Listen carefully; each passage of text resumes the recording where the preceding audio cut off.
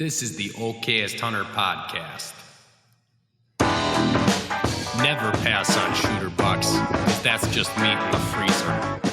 It's your tag, you hunt how you want. This is Okayest Hunter.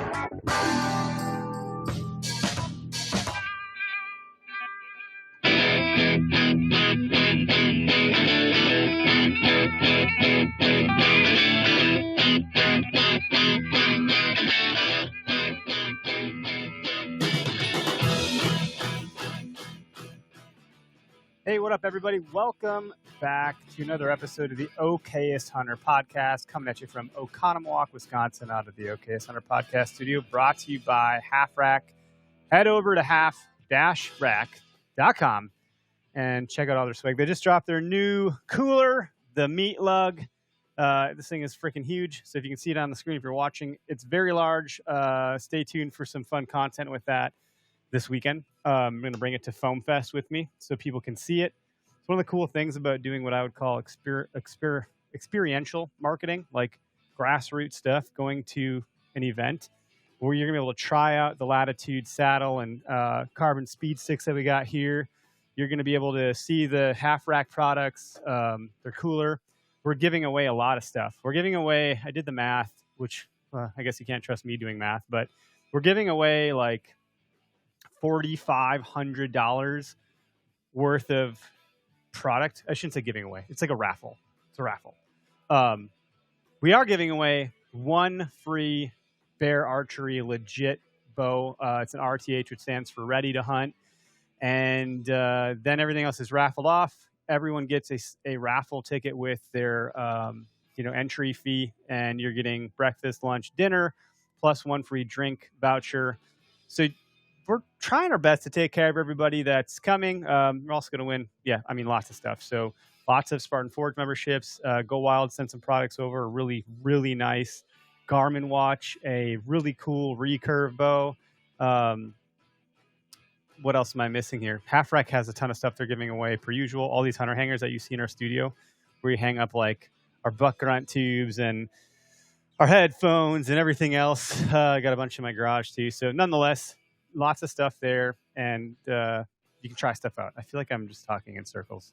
Greg is busy. Derek is busy. They decided to leave me hanging tonight like a bunch of a-holes. No, I'm just kidding. I love those guys.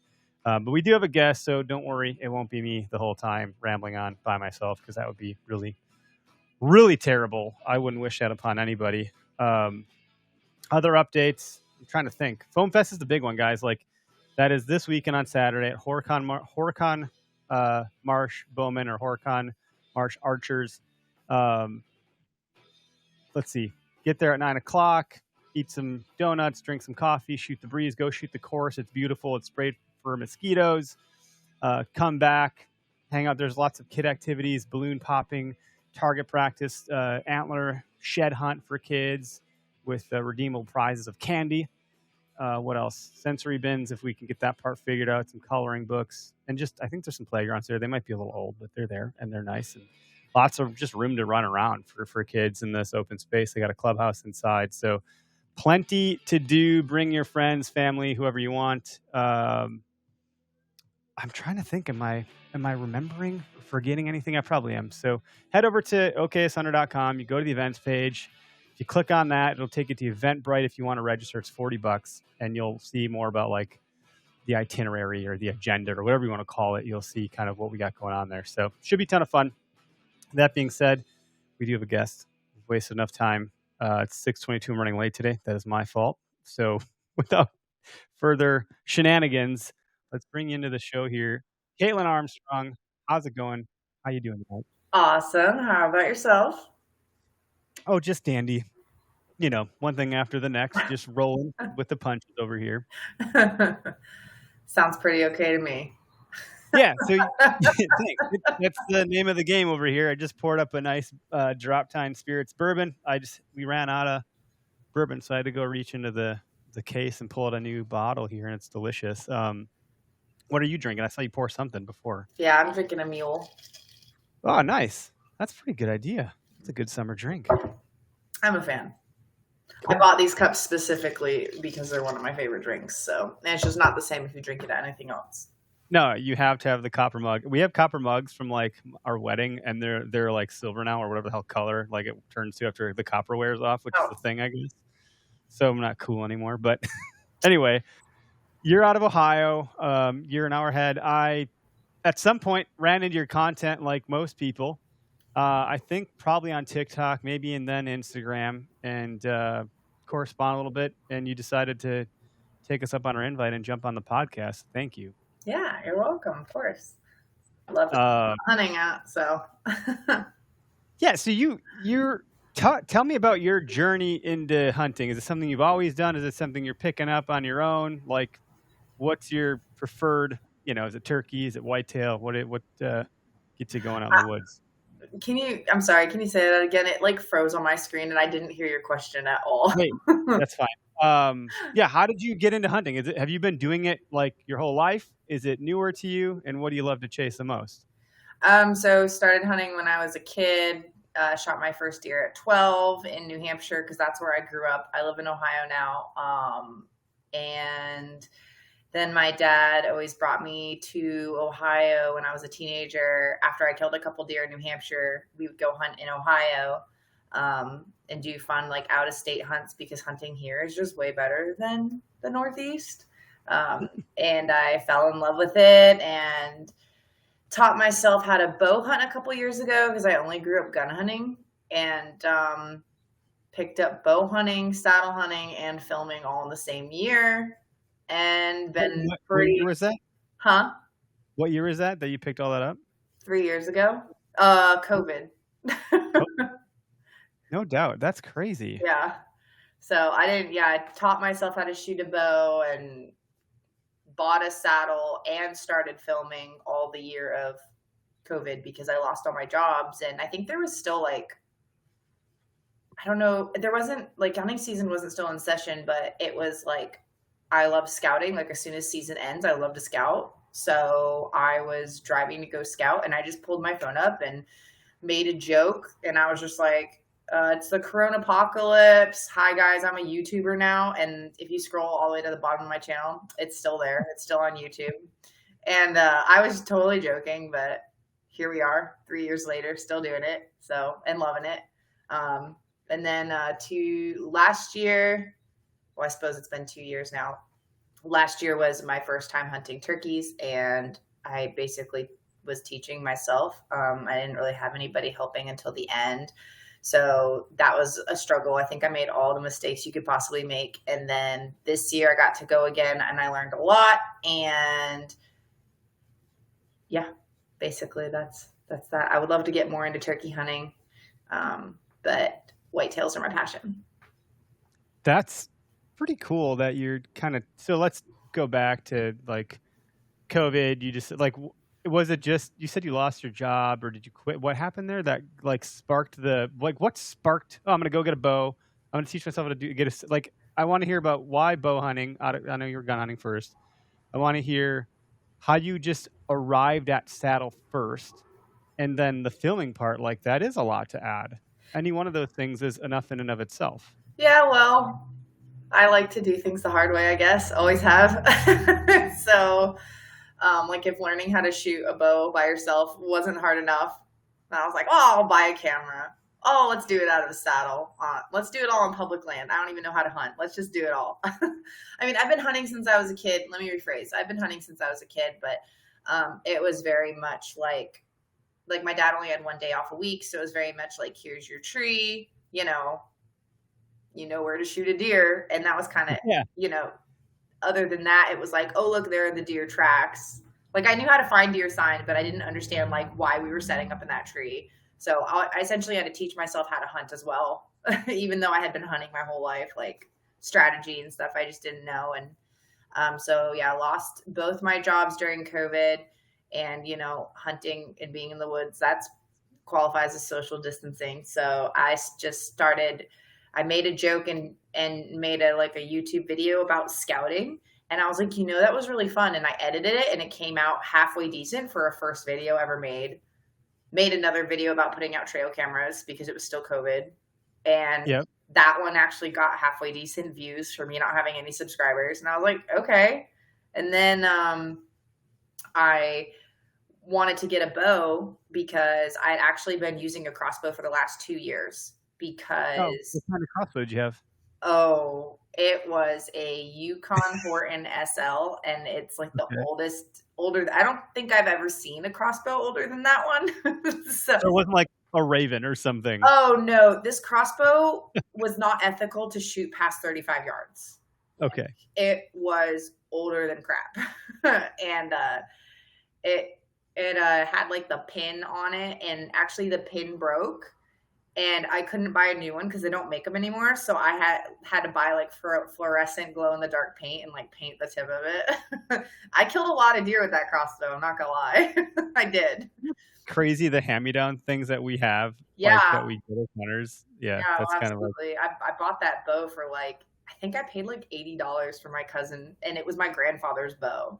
So crossbow. So I mean, I thought that was pretty cool. But because I had gun hunted my entire life, I thought that picking that's a up a good transition, crossbow, gun to crossbow. exactly. Like, Yeah. yeah, because they're very similar. Like you're not, yeah. Yeah, and because I was teaching myself, like I didn't know the difference. I mean, there's massive difference between using a bullet and an arrow, and even if the arrow is coming out of a crossbow, it's still different than a gun. So I used that for 2 years and killed a couple deer, and then COVID hit, and I mean, even though I lost my job, um, I decided to buy a bow, and I just went to go like shoot him at the shop. I was like, no, I probably shouldn't spend the money. And then I shot it a couple times, and I have a picture of me like wearing a COVID mask, holding the bow. Like, I think I'm going to do it. I think I'm going to get it. And, yeah, I ended up taking it home, and it gave me something to do when I didn't have a job. So I was just able to focus on shooting it all the time. And then with filming and shooting my bow, it was really hard to film out of a tree stand. That was a nightmare.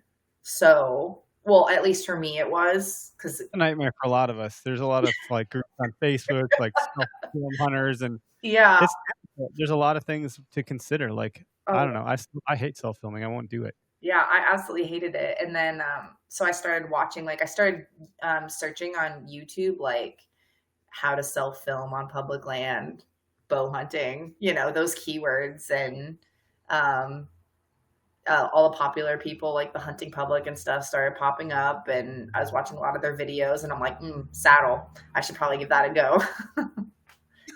So That's great. Saddle hunting is yeah, like so the Okayest Hunter brand, like we're basically just Polacks. Like we make something that should be straightforward and easy, and we make it as difficult as humanly possible. yeah, So when I got into the saddle hunting for the first time, I went with a friend, Anthony Heller, who runs the Deer Vein podcast. He had two of them. I went on a hunt with him, and he helped me like figure it out and get into the tree. So he was in the same tree with me. He was kind of filming me, and I thought it was fine, but it was not it was a single piece saddle, and it felt like I just kept needing to like pull it down past my butt. And I was like, man, I can't, and it wouldn't, because it didn't do that. I was like, I needed it to be lower, and it was frustrating. And I was like, it was fine. Like I could handle it, but it wasn't ideal. yeah, But I've also never really loved hunting out of a tree stand, because I don't know why. I just sitting, I just feel so locked in. Like it's not my jam. So I switched to a latitude method to two-piece saddle, and that gives you all of the adjustability that I never had with the single piece, and I love it. I love it a lot. Like, but when I first got it, I remember thinking like, I didn't know what a bridge was. I didn't know what a tether was. I didn't understand like hip pinch and all this stuff that people talk about. And I had a buddy, Clay Thurman, reach out to me recently saying, all right, I got one. Like, I think I'm doing it wrong, which is shocking for him because he's like a killer. Like he knows what he's doing with stuff. And I thought he was messing with me. And he's like, Eric, you need to explain this to me. I was like, you're asking the wrong dude, man. He's like, no, give me your breakdown on it. And I did. And I think he said I had some sort of like unconscious like intellect or something. It was basically like a backhanded compliment, but in a really friendly way. It wasn't bad. And I was like, oh, maybe I do know what I'm talking about sometimes. Like it was interesting to know that I actually could articulate how to use this thing. But if you haven't ever used one before, if you don't have someone to help you through that stuff or a lot of good YouTube videos, it could be like, I don't know how much YouTube you had if you had a close friend, but it'd be a really hard purchase without trying one first. That's why I would like trade shows. I think trade shows are good. so you can try one. We're doing our Foam Fest event. We're going to have those things there so people can try them. Usually that's like I can do this. That was comfortable. I can shoot weak side, strong side. This is all good to go. Like, I get it now. Oh yeah, I've worked a couple conventions. In fact, that's what I did all summer, is work conventions and for like different companies. And when it comes to trying out a saddle, you get all these people walking past you that are like non-believers, and they're like, that looks dumb, or oh, that wouldn't be comfortable for me, or I'm too old, or I'm too big, or I'm not athletic enough. And then you're like, okay, well, you want to give it a go? Like, maybe you're right, but there's no harm in trying it here. And you wouldn't believe like the turnover rate of how many people actually we get to like convert into buying a saddle right there and then, just from trying it and given the instructions. Because you're right, it is extremely hard to learn how to use it the first time you pull it out of the package and, you know, put it on, and you don't understand all the little tiny adjustments you can make. Like, I feel like I've helped people who've never gotten to in a saddle so much learn how to get comfortable in one. At this point, like, I can take one look at how somebody is wearing their saddle and I'm like, oh, it's pinching you here, move it there. And they're like, how can you tell? And I'm like, well, I've just been in one long enough to know. I can see it. I can see where you're getting tension or hip pinch. And I think a lot of people, maybe they're not purchasing the right saddles for them, or I don't know. When I bought my first saddle, I went with a super budget saddle, and I would have stubbornly hunted out of it for the rest of the season. Thank goodness I did not. But it matters what saddle you buy. I have to say that it does matter comfort wise. Saddle hunting is awesome, but if you do go with the most budget one out on the market, like, you're gonna get a budget product and budget comfort. So yeah, that makes sense. And I don't like. I think too, but like, I'm 37 years old. So like, doing an all-day sit out of a saddle a couple days in a row, I don't care how much you adjust for hip pinch. If you sit in one of those things for 8, 9 hours or whatever it ends up being, it's going to have an impact on you. Just like sitting in a tree stand is going to have an impact on you on your back or something. Unless you find a tree with a nice knot for a lumbar support, like, you're going to have some general discomfort. What I appreciate about those is that, like, you can, because you're uncomfortable. Like, if I ride in a car for 8 hours, I'm uncomfortable. yeah. It's not, it doesn't matter what you do. If you do something that long, you're sedentary, it's just going to take a toll on you. But you can stand, you can sit, you can stretch. I crack my back in mine. That's always a great feature. Oh, I do too. I lean back in mine bad. Yeah, it's just, you get your comfortable position, but like, you can confidently shoot. Like, when I shot, so I got my first, the 2020 buck I got out of a tree stand, and the 2022 buck I got out of a saddle. And the 2022 buck out of the saddle felt real good. Like, that felt great. My tree stand shot was questionable, but the tree was also questionable. So, like, who knows? Yeah, that's very. One of the users or the listeners just said she got ambition. That's huge, no matter what you're doing, to tackle all that stuff. And how's it been going? Like, so 3 years, you've killed some deer with that old janky crossbow, but like, where are you at now? How does it feel now? Like, in regards to all, like, just all of it. Yeah. Have you gotten more comfortable with all that stuff? Like, obviously your content game is crushing it. So filming must be going decent. You're putting on like a digital or a virtual saddle series clinic of how to hunt saddles. I've seen that. Like, yeah, your confidence is up there, and you got a compound bow. So how do you feel now? I would say I'm really, really comfortable in a saddle. It's still only this would be my 4th year going into shooting with a compound. So I would say I'm still relatively new with hunting with the compound, and still relatively new with filming, obviously. There's not a shortage in learning. I don't think, no matter how long you do it, even though I've been doing it for 4 years, it took me, or this is my 4th. So even though I've been doing it for 3 years, it took me 3 years to shoot a buck on film. So, I mean, the first year I wasn't successful shooting anything on film because I saw the buck coming in, ditched the camera, and shot the buck with my bow. So it was still a success because it was my first year. And second year, I really wanted to get a deer on film, and I came to the realization that it wasn't going to happen with a buck because I was always going to ditch the camera. So I had to learn to get over those nerves and I put a lot of time and effort into drawing back on does and getting them in my camera, and just trying to get a doe kill on film. And because I put all my time and effort into that in the 2021 season, I didn't kill a buck because there was a couple of mistakes I had made throughout the season that also caused me not to kill a buck. But I did put a lot of time and effort into trying to kill a doe on film. And I told myself that if I completed that, I could get over my nerves so that I could continue to self-film, because I honestly think that self-filming makes you a better hunter, just because you have to shoot the deer twice, once with your camera and your bow, and you have to shoot the deer twice at the same time. And if anybody's ever attempted self-filming, like, you really got to love it, because you're also going to hate it at the same time. But as far as like how I feel about it now, I still love it, and I have a love-hate relationship with it. It definitely takes away from the like, oh, I'm just going out into the woods to hunt to get away from life. Like, hunting isn't necessarily the escape for me anymore, but I love it so much it doesn't matter. Like, I want that to be like my world. So it's work, it's play, it's all mixed into one. So, but yeah, I'm not gonna quit anytime soon, for sure. I hope that I'm just gonna get better and better with my content every year. And I know that there's gonna be a lot of more failures involved than successes, but hopefully the successes, are worth it and outweigh all the struggle.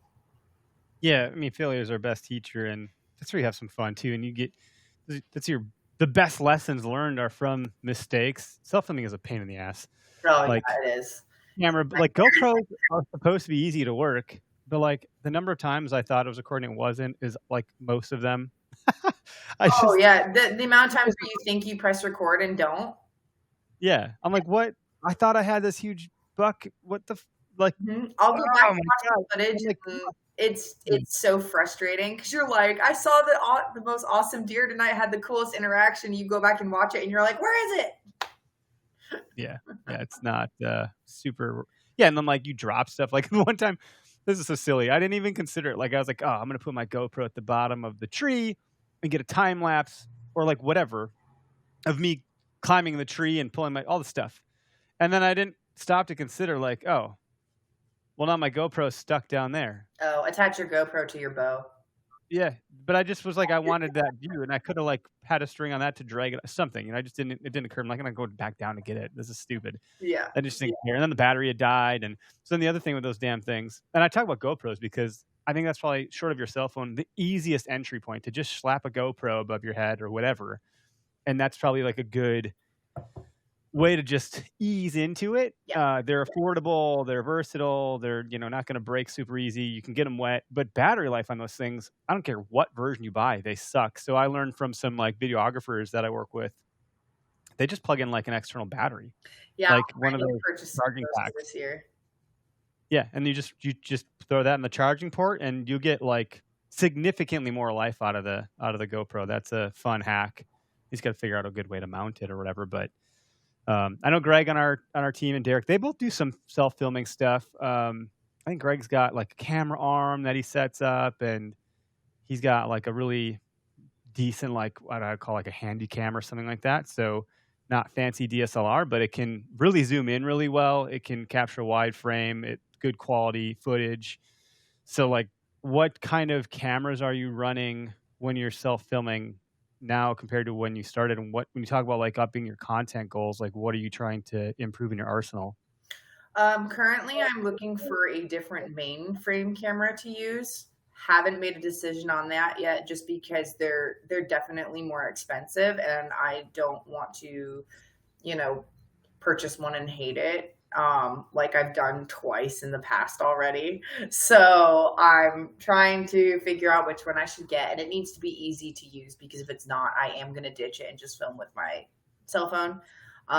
So currently I'm filming with 2 cell phones, 2 GoPros, and a Handycam. And I'm using like a DSLR or my cell phones for like B-roll footage.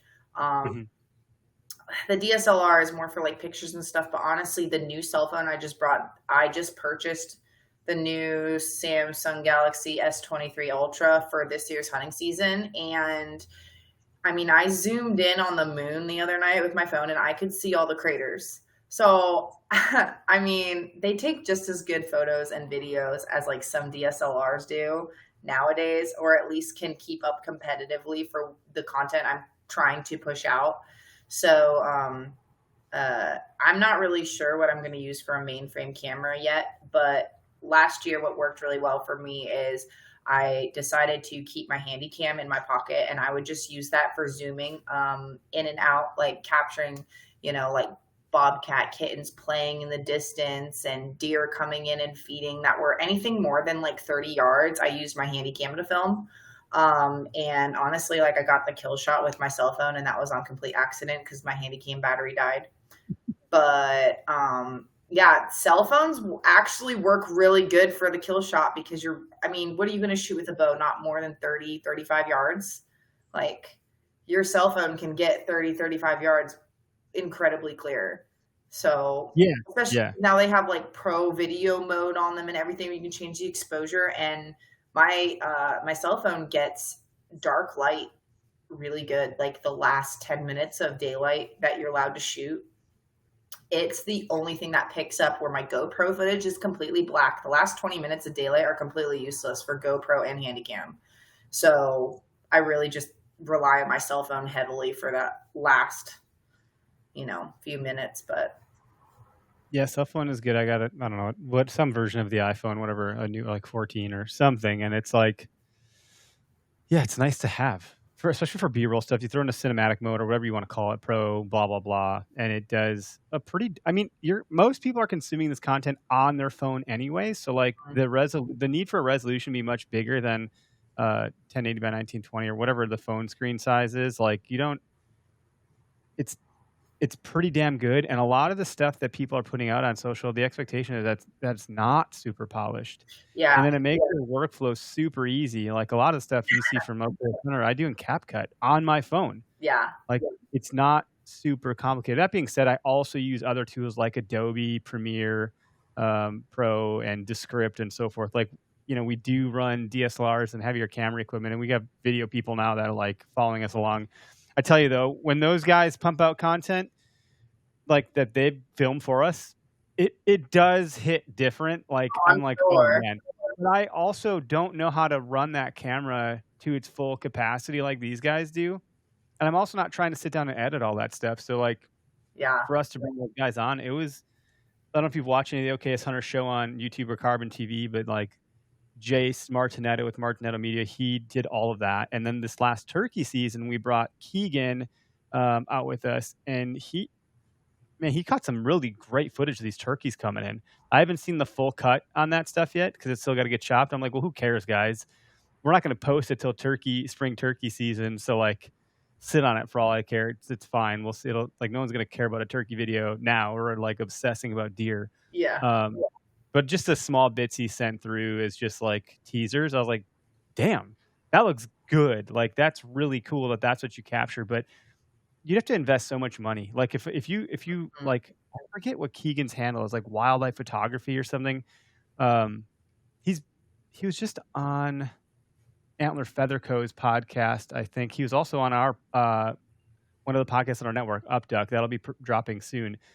But if you look at his arsenal of like camera equipment, it's disgusting how much money that must have cost. It's his career. Like it's all he does. Oh yeah. And he travels to Alaska and he does all this stuff. But like I am not going to do that. I don't think maybe you're going to like, unless you're going to go deep in it. I'll like pay sometimes a cameraman. It'll probably be cheaper than buying the camera and doing it Right, myself. right. Like I'll find someone at that point.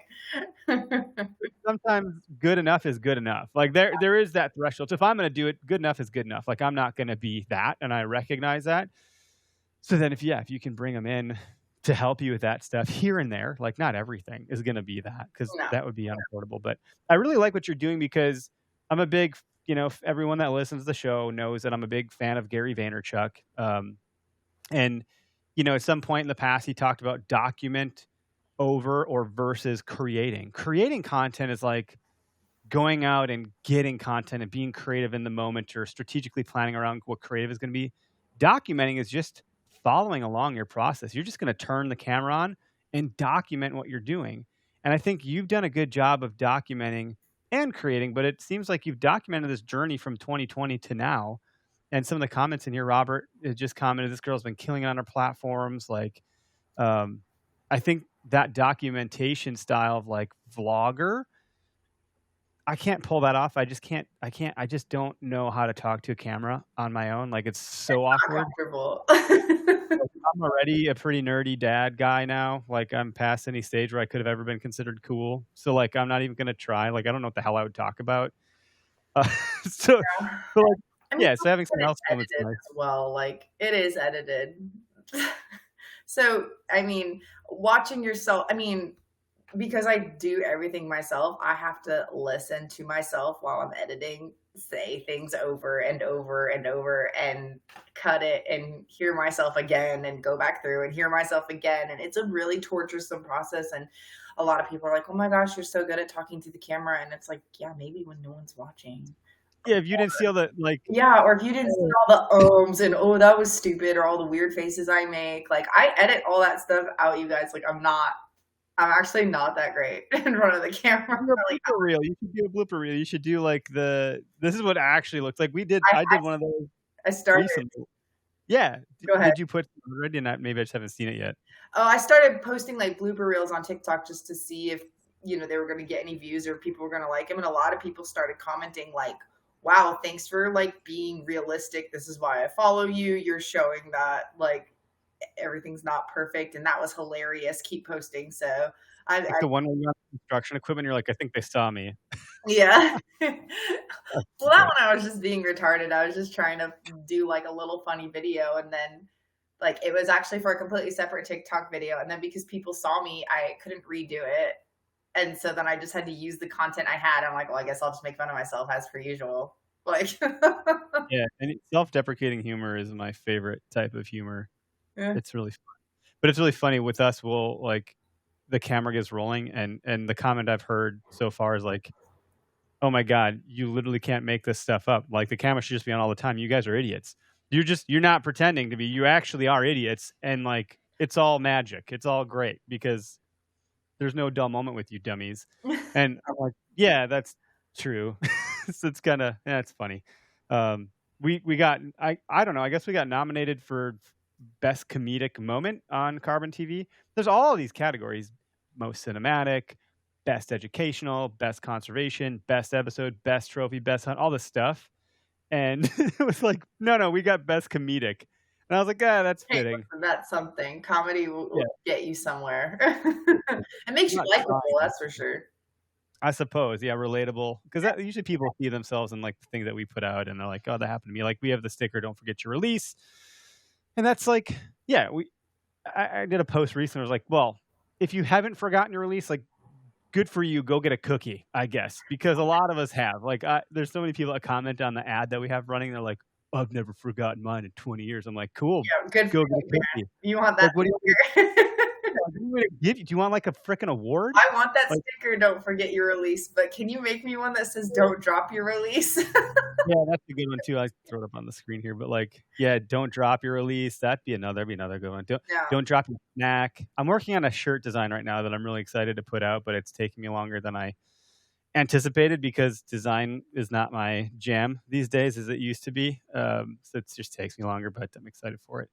We do have we do have a live phone number. If anyone wants to call in and share some of their, like, I don't know, what we call okayest moments or what have you, feel free. But out of all of you've shared a couple kind of, but like, do you have anything that stands out as like the okayest moment where you're like, oh, that takes the cake? By okay, are you asking people to like call and say, or are you asking me? I'm asking both. Okay. Since no one's called in just yet, but like, if you have one that's taken the cake, I would love to hear what you've done that you think is like should be nominated for most okayest moment. Okay, can you define like okayest moment for me? I don't know, like embarrassing or like big aha, huge mistake, something that like was terribly wrong in the moment that you can look back and laugh at. Okay. Like, you can laugh at it now, but in the moment you're like, or maybe you laughed at yourself. I don't know. Maybe someone caught you pooping. I don't know. Oh, well, when I was turkey hunting this year, my friend told me to mention this, actually. So it's pinned at the top of my TikTok, but the whole reason I didn't even get a turkey this year is because I didn't see it. But my cameraman caught the whole thing on film because he's sitting right behind me, and you literally see the turkey walk right in front of the barrel of my gun and then duck down. And like, we didn't even see that until we went back and watched the footage, and he was like, "Are you serious?" So what happened? Like, how didn't you see? Like, how close was it? I think it was like 25 yards, but what happened is like we were up on a hill and it was like downsloped, and then we had our decoy right here, and then it just like dropped down. So we saw the turkey coming in from like 100 yards. I was watching her turkey run in like the entire way, but then when he got really, really close to that drop down, he disappeared, and then you only saw his head pop up and down here and there. So I'm looking, and you know, you're crouched down and you can't move at all, way less with turkey hunting than you can with deer hunting. And that's something that I had to learn the hard way a lot. So I was super nervous to like move and look around, and I'm looking back and forth, and he must have popped his head up and looked right when my eyes just must have been looking somewhere else right when he did that, because he wasn't up and down for very long, but he was definitely there long enough for me to pull the trigger if I had seen him. So that was pretty up there for embarrassing. I still get chewed out about that. Oh my God. Well, Rendell Eric shared one where he drank a bottle of his own piss on accident because he thought it was Mountain Dew. So like, Lord. I don't know which one's like missing your target. Not even seeing your target. Like there's a limitless amount of mistakes people make in the woods. As long as you don't end up on like the DNR like injury report, I think it's fine. Right. Because there's enough of those things out there. But yeah, that's funny. On the fitness side, though, I wanted to switch gears on that a little bit because you're getting after it. You're doing trail, like perceivably, I don't know. You're doing a lot of like runs on trail runs and so forth. Like, how's that been going for you? It was going good. I just got back from vacation, so I got to get the ball back rolling out on that. But working out is like an up and down thing. Like you get really good at it, and then you might drop off the ball for a week or two, and then you get really back good on it again.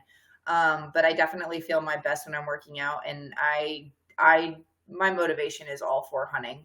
Going up and down the trees with all your camera gear and climbing up and down, running and gunning on public land, going 1.5 miles, 2 miles deep into the woods by myself, like all that kind of stuff is really grueling. And, you know, I want to be able to keep up with the guys keep up. Kick their ass. You don't keep up with them. Just fucking ass them up.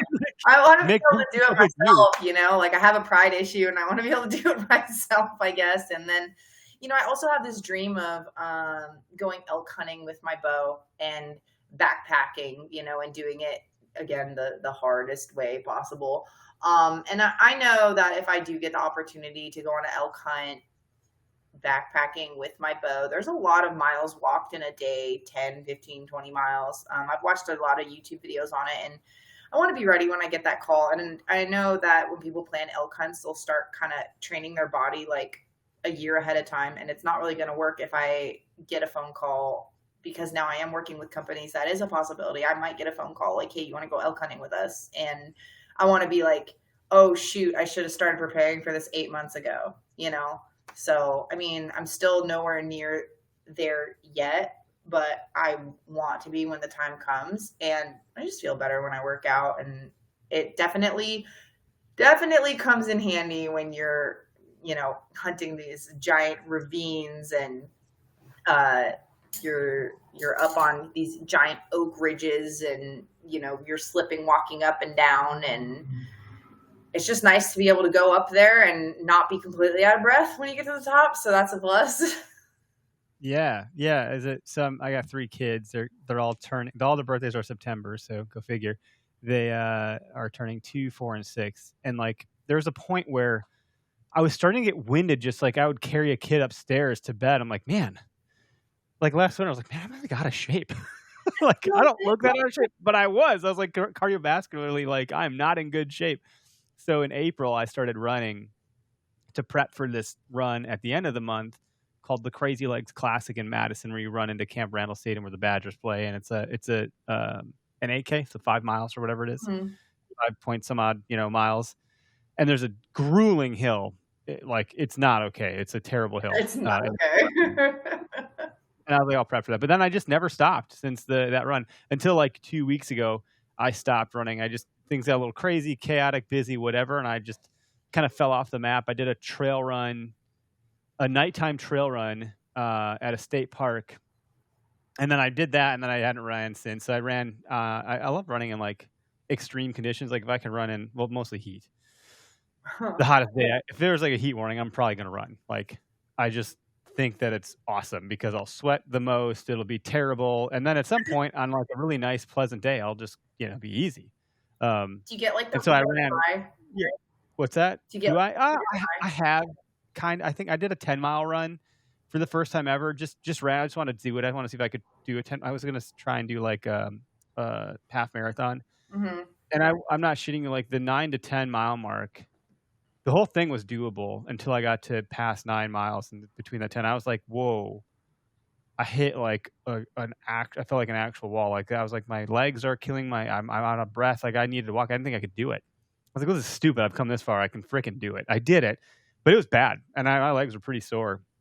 And then I ran 5 miles a couple days later. Now you try to just do 3 when I can. The thing with running is it's fucking boring and it takes a lot of time. Yeah, I cannot do it if it's on pavement. I can't do it if it's on like anything paved is boring. Sidewalks, roads, whatever, can't do it. The only way I can run more than 1 mile is mountain bike trails. They're fun. They're slightly dangerous. You have to pay super attention to where you're putting your feet or you'll just completely like bottom out. But that's the only way I can run and have it be mentally stimulating. Yeah, trail runs are hard because there's mosquitoes. So I got chased by like a horsefly once, and then I was like running really fast, which messed with my breathing for a couple miles. Like stupid horsefly. Yeah. But yeah, I don't. It is good to know that if I'm gonna drag a deer out, at least I know my lungs aren't gonna like explode because I've felt that way before when I knew I was out of shape. And I'm like, man, if I could just make it a deer season with continuing to be somewhat healthful. And we just had a good podcast last week with Lyndon Lauren. He wrote a book called The Hunter's Health Span. And like, as a dad and as a hunter, I want to be. I thought about this. So this is an interesting, like, random tangent or side. Like, I did a run when I met my wife when we were dating. Like up in the UP, her dad was like, "Hey, there's this run up there. You should do it." And I was like, "Okay, I'll school this old guy, like my future father-in-law, right? He's old. I'm young. I can handle this. Like, I'm pretty motivated." He beat me by like a lot, and he's old. Like. He's not that old. I'm trying not to be an asshole because I know he might listen or hear about it. But like, he has 4 kids that have like already gone through like college and are done. And my kids are at the beginning of, they're not even in school yet. They're in like kindergarten and less than that. So I'm kind of thinking now, like, gosh, I hope that by the time my youngest graduates college, I could go on a run with him. Yeah. Like. And not be a total like schlump. And I hope that if my kids get into hunting and I can take them on an elk hunt or vice versa, that I can do it. And so for me, it's like working out is not this rah moto, like, yeah, like I'm a huge, like, I just want to be the tortoise that like shows up every day. And by the end of it all, like I'm still pretty good in my like life. I can do it. That's where I'm at now versus like 10 years ago. I was like, no, I'm going to rule the world. I'm going to beat everybody. I'm going to be the baddest. Like I'm going to beat the old guys in the run and whatever.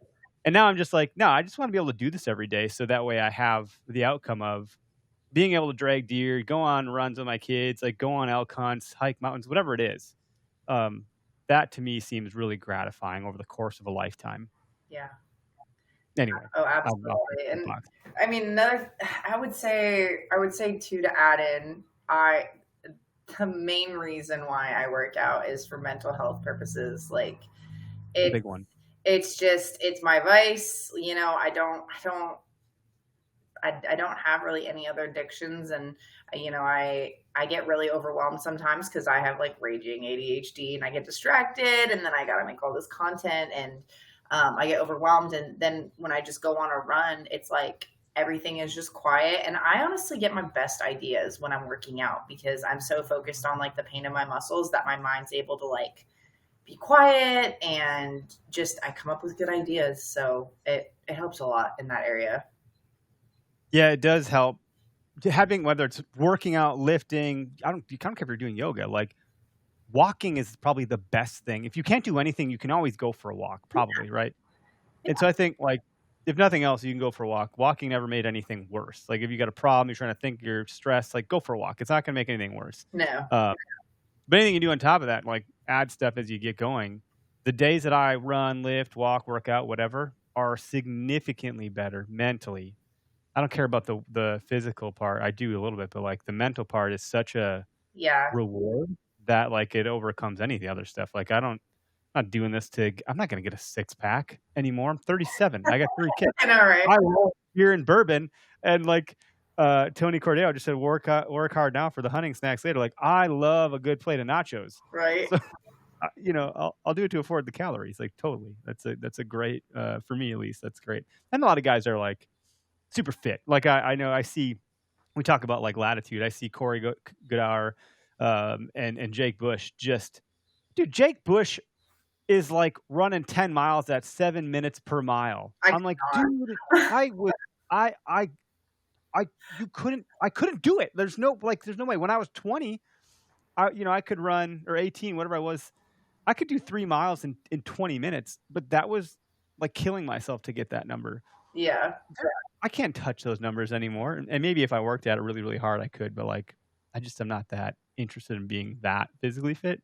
But it does make me feel very competitive. Like, I see him doing that, I'm like, F that guy. I'm going to go hard today. And then I'm like 1.2 miles in. I'm like, it took me 9 minutes. I'm like, well, I guess that's shot. Oh, if I'm running like 5 or 6 miles, I'm completely okay with doing 10-minute like miles. Like I'm like, you know what? I'm out here freaking going for an entire hour, barely without stopping. Like, I'm like, I don't care if it takes me 10 minutes or if I get it in 9 minutes. I mean, that's cool too. I mean, I time it just to see if I'm making progress, but some days are better than others. Some days you're going to run better. Some days you're going to run. Yeah. Who knows why? I'm sure there's a lot of like dietary reasons, sleep reasons. So for like weather conditions, air quality, all that stuff adds up. But again, sometimes mental health. So yeah. No, that's good. Goals for this season. Do you have any hunting goals? I don't even ask me mine. Currently, I'm obsessing over trying to complete my first out-of-state hunt. So I'm doing a bunch of research about hunting in Kentucky. It's only a 2-hour drive to the border for me. And I've been watching a bunch of videos on like how to run and gun on public land. I'd really like to get a buck and velvet, but I know that's only for the first couple of weeks of season opener. They open September 2nd, and Ohio doesn't even open till like the 26th or 27th, somewhere around there. So, I mean, I get like a full 3.5 weeks of hunting in Kentucky, and that would be really cool to get one in velvet. If I do, I do. If not, I have my tags paid for to hunt there for all of deer and turkey season. So, that's cool. When does it open? That's got to be real soon, right? September 2nd.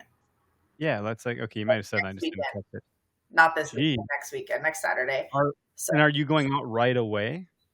Yeah, so I thought I might end up going this weekend to do some scouting and check out the areas and make sure I have places to go, because I've never traveled out of state to hunt before other than with my dad when I was a kid, and I feel like that doesn't really count. So this will be my first true attempt at doing it, and I'm doing it by myself. So there's a lot of logistics that go into that. I'm planning on like camping and just it's a totally different ballgame. That's gonna feel really cool. It's gonna feel really cool, and I'm gonna be pretty stressed about it because I mean I'm self-filming, so then I'm like, how do I keep my batteries alive? I've got to think about like food, water, shelter, filming, and do I even care about scent control? Can I care about scent control at that point? Like, there's a lot of things that go into it. So I've been looking up like campgrounds with the cheapest rates and how close they are to the public land that I want to hunt. And I've been doing a lot of scouting with on X, just virtual. And I might go down this weekend and check out some spots and do some glassing. I'm hoping to find some public land up near some open areas and bean fields, and we'll see what happens. So No, that's cool. Go get like an ozonics unit or some sort of like oh yeah, for sure. Like ozone generating whatever. Dry wash your stuff. That might help a little bit. Here's a fun food hack that I did years ago. I went to the Boundary Waters. There's this dude. I think he's on YouTube. I'm pretty sure you can still find the videos. I think he was called like Yankee Prepper. And there's another dude called like, what the hell is he called? Babblefish 5. I don't know how I'm remembering this. This is a long time ago. But I think Babblefish 5 had like these recipes that you could just go cook whatever the hell you're going to cook. Like I cooked venison chili, venison stroganoff, venison stew, and venison spaghetti. I cooked all those meals on all 4 burners at like the same time. I just went ham during a day, cooked 4 venison meals, and then I took those meals and your oven is a dehydrator. You don't need to get a dehydrator. You don't need to like freeze them or no. So listen, so you take the food, you put on a cookie sheet on like parchment paper or whatever, wax paper, spread it out really thin, as thin as you can, throw it in the oven for like 10 hours on the lowest possible setting. It'll come out looking burnt and terrible. And then you vacuum seal that with the parchment paper, and your parchment paper is important because that's your fire starter. You can use that for fire starter as an extra bonus. oh. And then you just pour that in like a canister, pour a little bit of water in there, boil it up, and it comes out, I am shitting you not, like it came out of the frickin' kettle you cooked it in. It was incredible. So we had 4 meals like that in the Boundary Waters. Our dumbasses didn't test it. We just we're like, let's just trust it. But it worked out okay. Like it was fine. Right. I would say do a test run. Like cook some meal, do 1 serving, try it out, dehydrate it. Everybody has a dehydrator in their house. It's your oven. You can dehydrate any food in there. And yeah, then you just reheat it in water with boiling water. It comes back to life. Like it was unbelievable. We ate like kings in the Boundary Waters because of that. Wow. And you never got all the expensive freeze-dried shit from REI or Cabela's or whatever. It was like super affordable because we were cheap. I didn't have any money. We were like college kids. I'm talking to a company right now. They're called On Point Food Adventures. It's like a husband and wife team, and they cook everything in their own kitchen. And they sent me some stuff to try, so I'm actually hoping to try it while I'm camping because it's all like freeze dried stuff. But they make like freeze dried cheesecake and Skittles. Yeah, what's it called? On Point Food Adventures. Sweet, yeah. Stock up on that. Go buy some. Like I don't know. Me and my one buddy, like I think he had a bunch of MREs left over, which I think had gone bad. He brought them to deer camp last year. I was like, do they go bad? Yeah, they go bad. The shit expired. I was like, dude, these are from 2004. Like, we can't eat these. We tried. I was like, I think I'm gonna get sick. I was so excited to eat an MRE, like, because you can heat stuff. The heating component didn't work anymore. Like, it was all trash. I think I still have in my hunting backpack right now. It was not. Yeah, I'm gonna give them shit for that. But no, like doing the dehydrating your own food is cool because if you have a favorite meal, just go cook it and then dehydrate it. Yeah. Vacuum seal it, and you're all set. Like it was crazy how effective that was. Anyway, so the camping thing in early season's cool. Getting a buck and velvet sounds awesome, except for like bugs and heat. Like it can still be really, really hot, and that I hope you have like a really big, good cooler. Like we got the meat lug on. They're repping from Half Rack. That thing's huge. It can fit a full bag of ice and a full quartered up, deboned large doe. So nice. It's been tested. Someone flew with meat in the bag. I didn't know that was like legal. Like I feel like TSA would have a problem with like just carting around fucking meat. Yeah. I mean, but they keep it cold. How do they know you didn't murder someone? I don't know. It's kind of weird. I mean, technically you did, but yeah. Otherwise, like whatever. There's all these good coolers out there now, but making sure that you get that stuff on ice quickly is going to be critically important in a heat situation or hot day. Oh yeah, absolutely. I mean, I haven't gotten that far into my logistics of planning yet, but it's definitely gonna happen. I'm sorry, and you're welcome. Huh? I'm sorry, and you're welcome.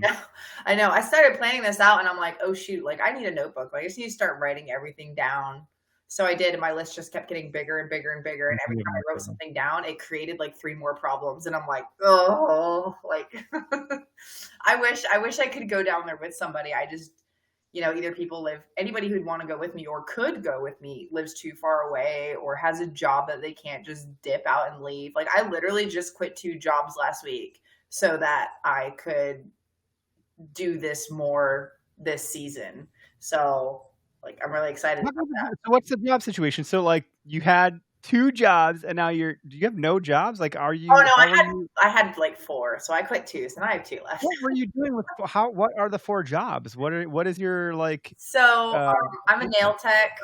I was a nanny 24 hours a week, and then I bartended on the weekends. So I quit the nanny job and the bartending job. So now I essentially just do nails, and then I create content. I'm counting that as a job because I do make income from it, and I'm trying to make that full time.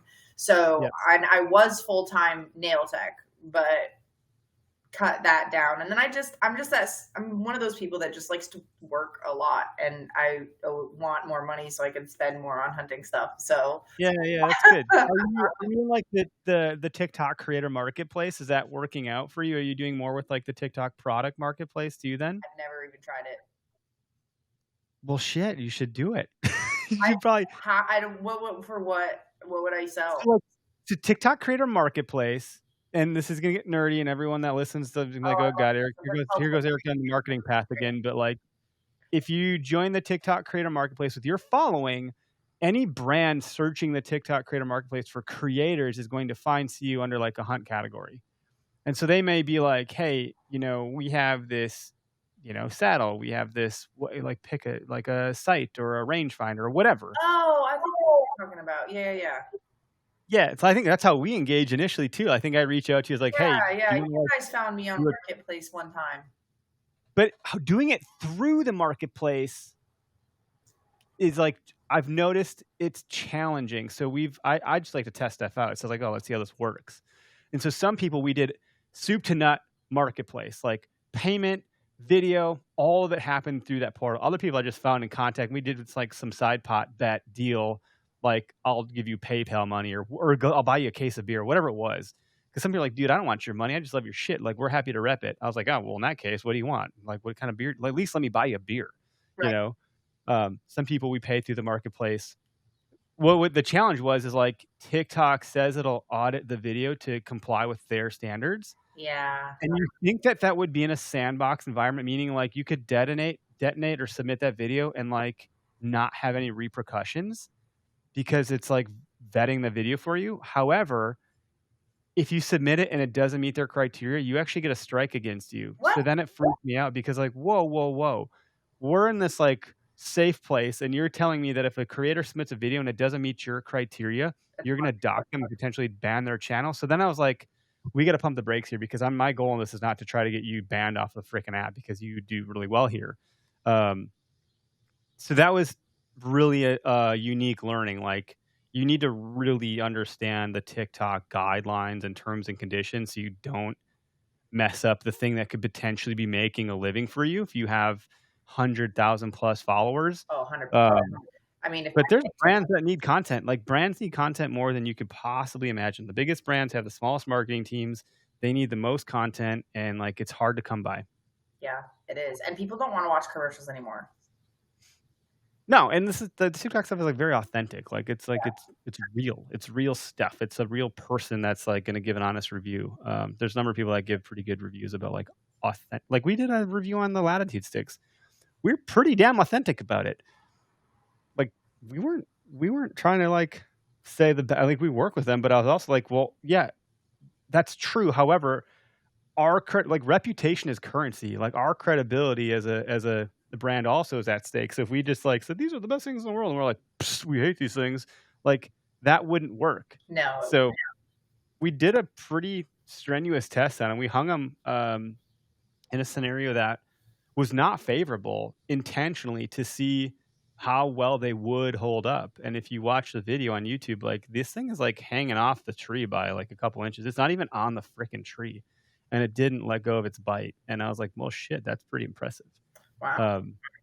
So I was like, yeah, they're legit. So like, whatever, like, there's things like that too, that brands are like, they can't control the narrative. They need to let you do your thing. Otherwise, it won't be authentic, and your audience will pick up on the bullshit a mile away.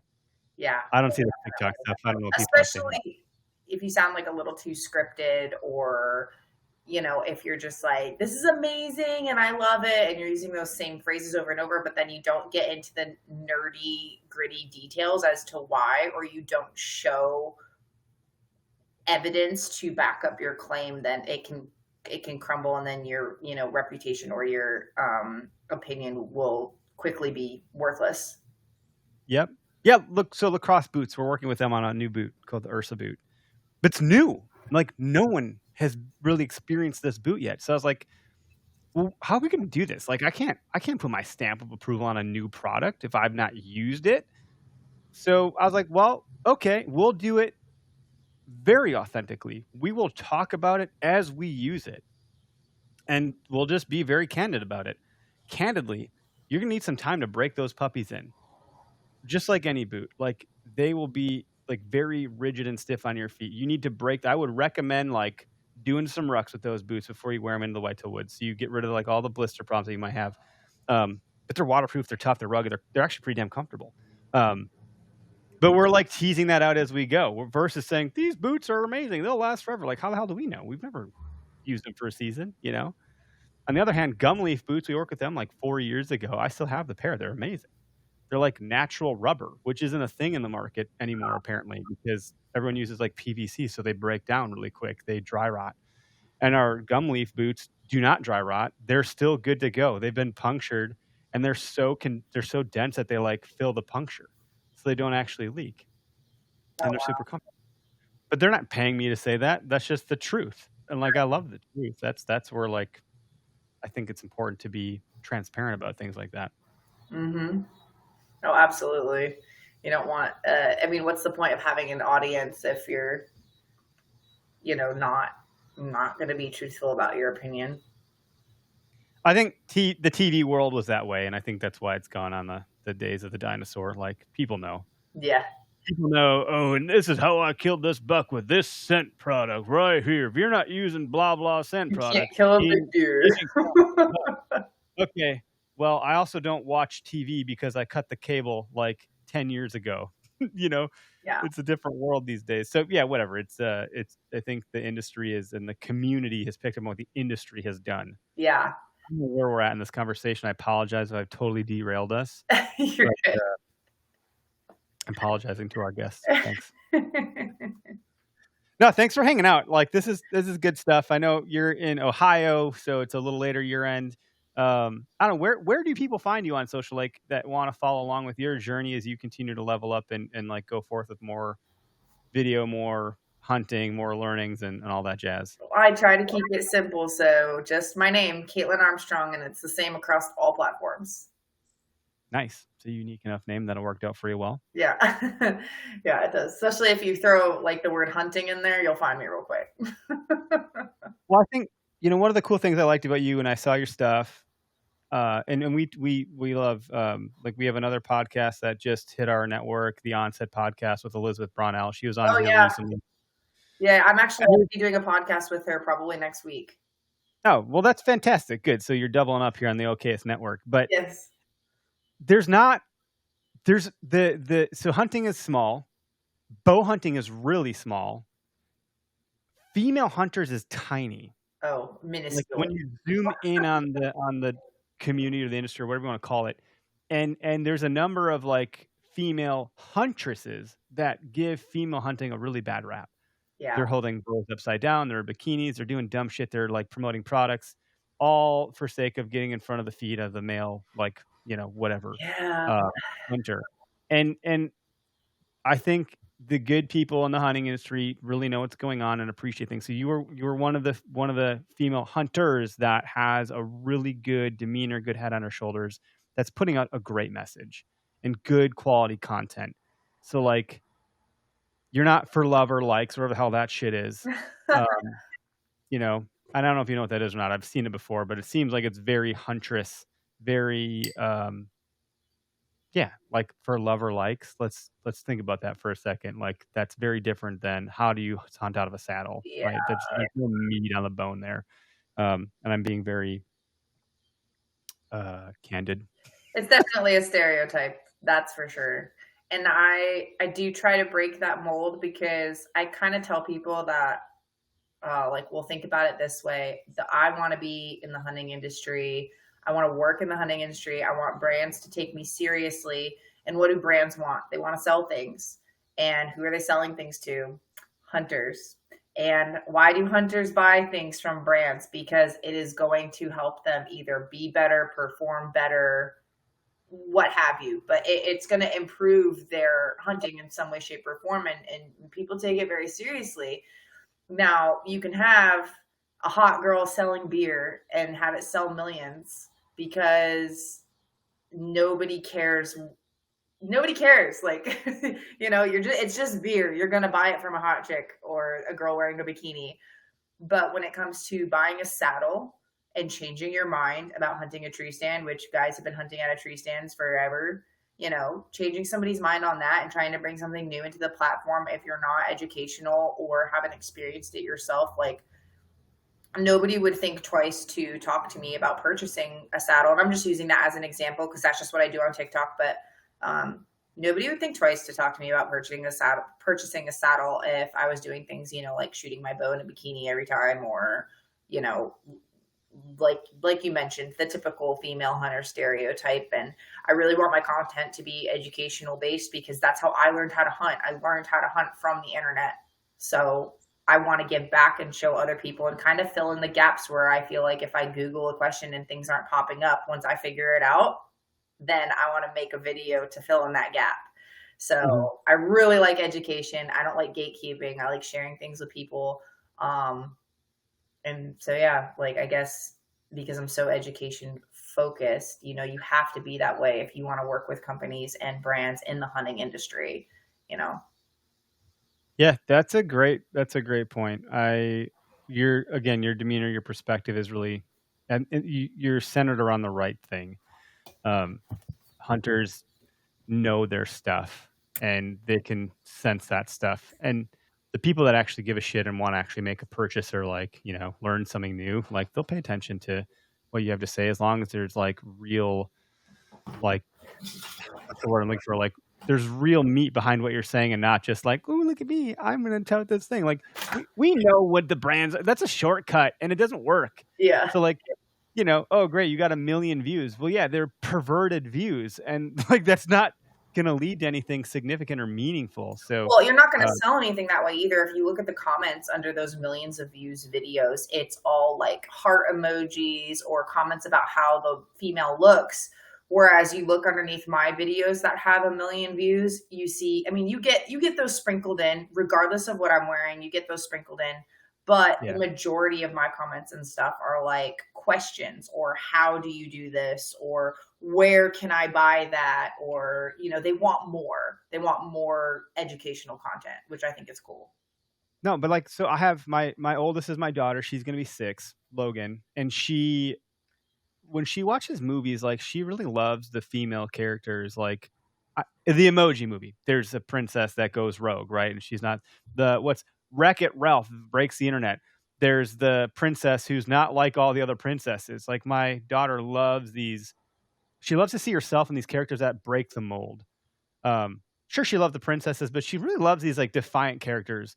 And she'll talk to me about it. Dad, I really liked seeing that girl that wasn't like all the other girls, but was doing really cool things. And she can see herself in that. I think it's important for women that are interested in hunting to see another female that's doing hunting things, that's not being a D-bag about it, for lack of a better term, or some diva.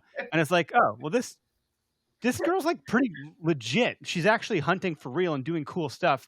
Therefore, I could do that. I can see myself doing that. I think it's important to have that representation for people to identify with, that are not, there's a lot of chauvinistic it's a male dominated industry. It just is. It just is. It's not good, bad, or indifferent. It's just the reality. But I have a daughter, and I would love for her to get into hunting and come to deer camp. And whether she chooses to do that or not, it's up to her. I'm not going to force her. If she takes an interest, I'll fan the flames. And if not, whatever.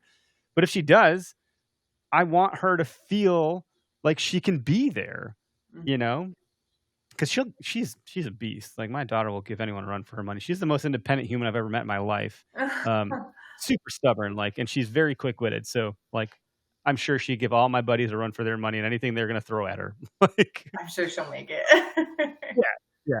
So I think it's important for when she's 14 and you're still around and she sees you, that she sees someone respectable that is putting out good stuff, or Elizabeth is putting out good stuff and so forth. Like, it's something that's pretty important to me, actually. So I think it's pretty cool. Thank you for taking time out of your evening, albeit I totally dropped the ball on like being on time.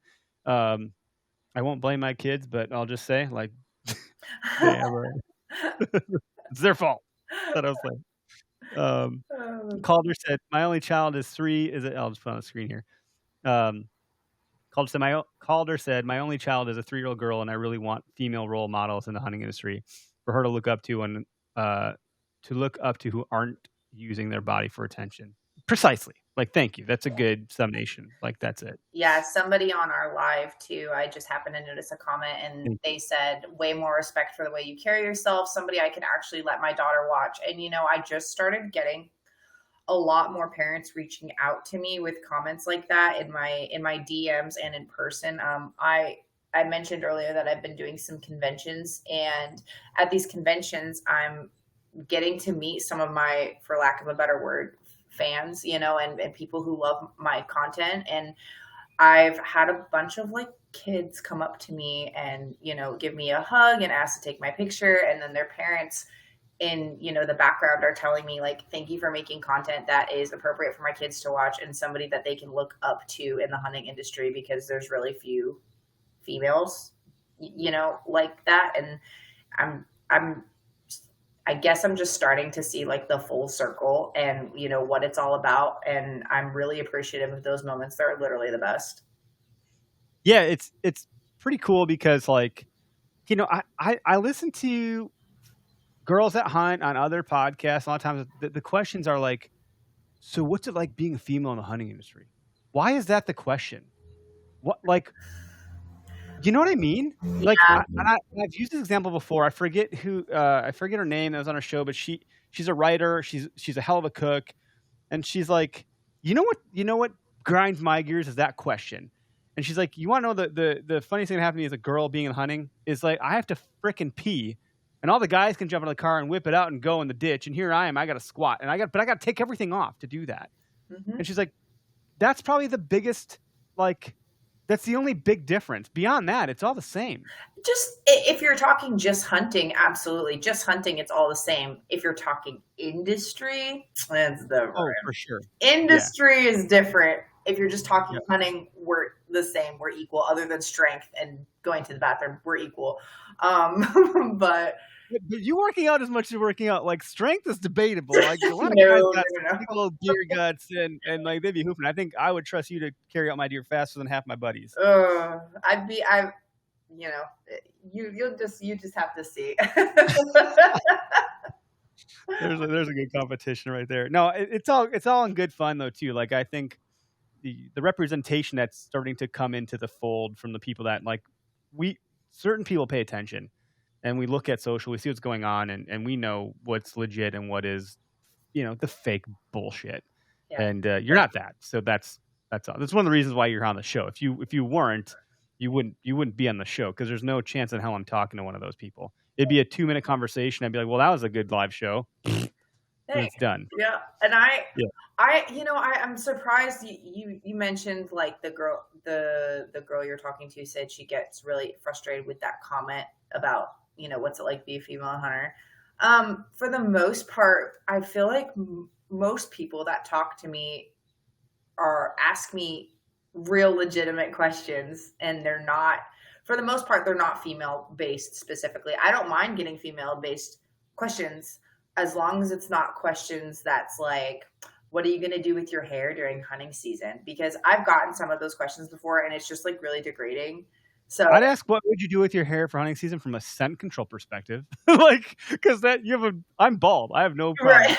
Hair carries scent. You got a lot of it. Like, that's a different concern. But I think her frustration came from the fact that that's like a common question from multiple people. And it wasn't beyond that. Like, they weren't seeing her beyond what's it like that? Like there wasn't a, they weren't treating her as an equal because that's the Yeah. only question they were asking Yeah. over and over and over again. That's the point, I think.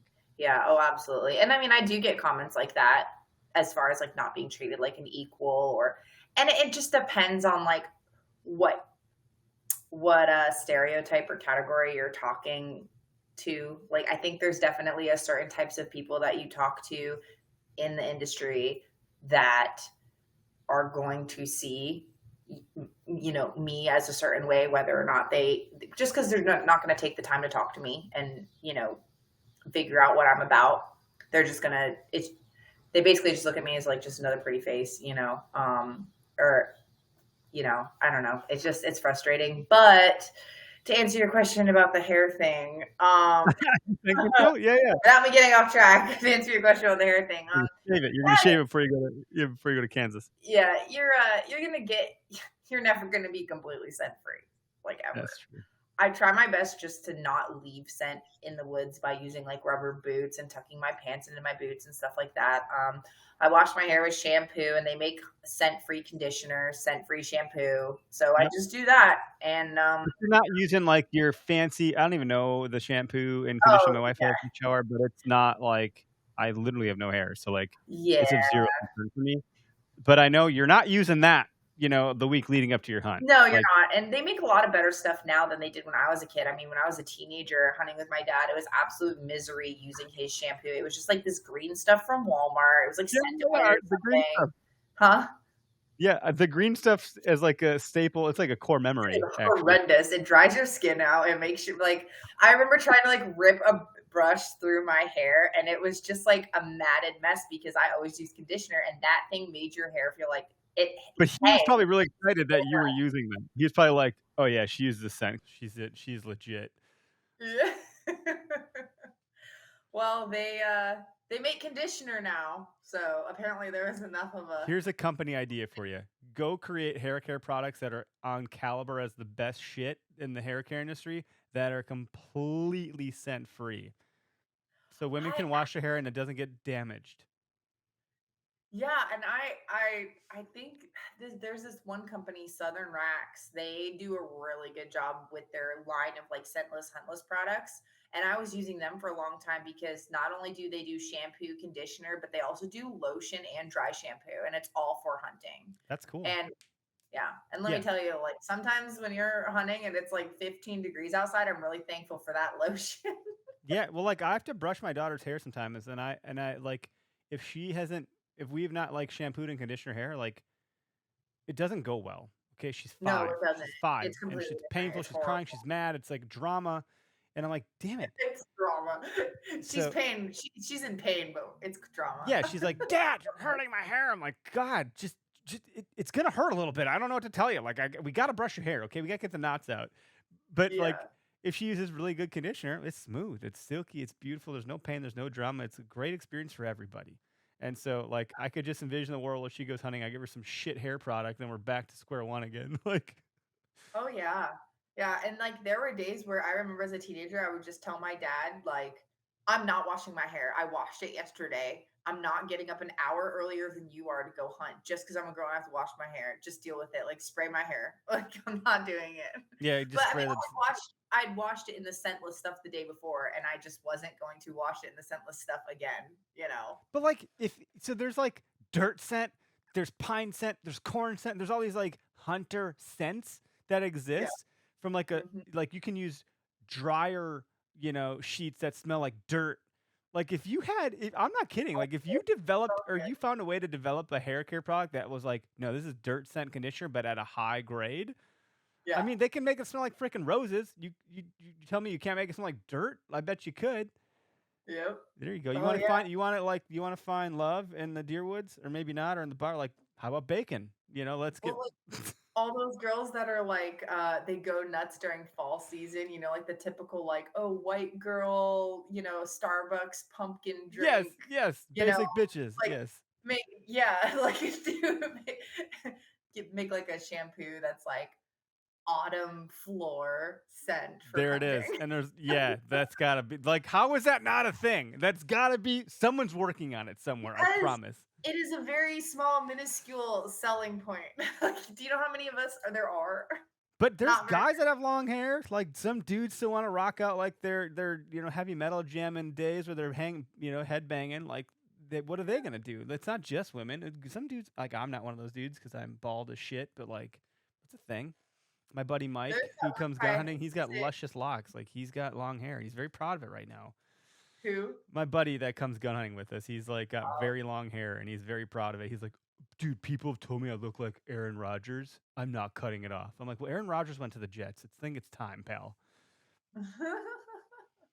Anyway. Somebody just suggested dough and heat scent. That would be disgusting. Yeah, you're not trying to live with that on your hair, but the Somebody nose said, jammer like, shampoo corn or does. apple, that would work. Yeah, apple, pine, corn, dirt. Yeah. Those are your scents. Anyway. Apple or pine would be good. Yeah, cool. Katelyn, thanks for being on the show. I'm going to end the live broadcast. We're going to bring the plane in for a landing. Zach from THP, exactly called her. He's got super long, luscious locks of hair. And I can say that because I'm very jealous of anybody with hair. Like, what does he do for hair care? Scent control. He's got longer hair than you, Katelyn. Like, I mean, he's got super curly hair and he just lets it like fly around while he's hunting. And I'm like, I could not do that. I have to have it all back out of the way. There's no way. I'm going to make a micro clip of this. We're going to tag Zach in that and we're going to ask him what his hair care products are. And you guys can go in on it together. Probably is going to say the green stuff.